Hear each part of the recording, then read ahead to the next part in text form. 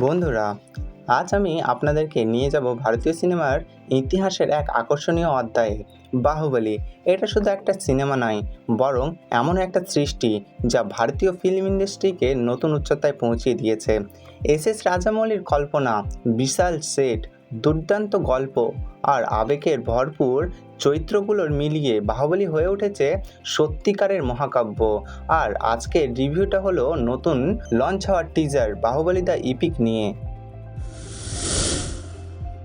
2015 সালে মুক্তি পায় বাহুবলী দ্য বিগেইন। শুরু হয় মহেন্দ্র বাহুবলীর গল্প দিয়ে, যে ছোটবেলা থেকে উত্তম সাহসী আর অস্বাভাবিক শক্তির অধিকারী, কিন্তু ধীরে ধীরে আমরা জানতে পারি তার শিকড় এক বিশাল সাম্রাজ্যের সাথে জুড়ে আছে।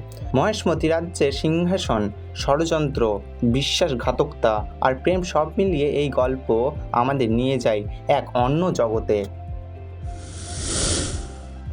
এই গল্পের মূল কেন্দ্রবিন্দুতে রয়েছে দুই চরিত্র, অমরেন্দ্র বাহুবলী আর ভাল্লাল দেব। একজন মানুষের মধ্যে আছে বীরতা, দয়া, প্রেম আর আত্মত্যাগ। অন্যজনের মধ্যে আছে লোভ, ক্ষমতার নেশা আর নিষ্ঠুরতা। এই দ্বন্দ্ব শুধু দু ভাইয়ের মধ্যে নয়, বরং ন্যায় আর অন্যায়ের মধ্যে লড়াইয়ের প্রতীক। শিবগামী, যিনি রাজ্যের রানীমাতা, তিনিও এই গল্পের এক গুরুত্বপূর্ণ চরিত্র। তার এক সিদ্ধান্ত পুরো রাজ্যের ভবিষ্যৎ বদলে দেয়।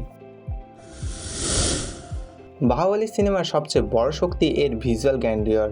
যুদ্ধের দৃশ্য, হাতির মিছিল, বিশাল দুর্গ আর অদ্ভুত সব লোকেশন, প্রতিটা ফ্রেম চোখ ধাঁধানো। রাজামৌলির ভিএফএক্স ব্যবহার ভারতীয় সিনেমায় আগে এত বিশাল আকারে দেখা যায়নি। যেমন কাটাপ্পা যখন হত্যা করে, সেই মুহূর্ত শুধু একটা সিন না, বরং দর্শকের মনে চিরস্থায়ী আঘাত হয়ে রয়ে গেছে। বাহুবলী শুধু ভারতের ভিতরেই নয়, সারা বিশ্বেই সাড়া ফেলেছিল।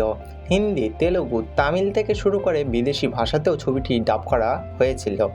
বক্স অফিসে রেকর্ড গড়ছিল এবং কোটি কোটি দর্শকের মনে জায়গা করে নিয়েছিল। বাহুবলী প্রমাণ করেছে ভারতীয় সিনেমা চাইলে হলিউডের সাথে টক্করও দিতে পারে। তাই বাহুবলী আসলে শুধু একটা সিনেমা নয়, এটা ভারতীয় সিনেমার দ্য ইপিক সাগা। এটা আমাদের দেখিয়েছে সাহস, ভালোবাসা আর আত্মত্যাগ কতটা শক্তিশালী হতে পারে। বন্ধুরা, আপনাদের কাছে বাহুবলীর কোন মুহূর্তটা সবচেয়ে প্রিয়? কাটাপ্পার বিশ্বাসঘাতকতা নাকি অমরেন্দ্র বাহুবলীর বীরতা? কমেন্টে জানাতে ভুলবেন না। আর ভিডিওটা যদি ভালো লাগে থাকে, লাইক, শেয়ার আর সাবস্ক্রাইব করে আমাদের সাথে থাকুন।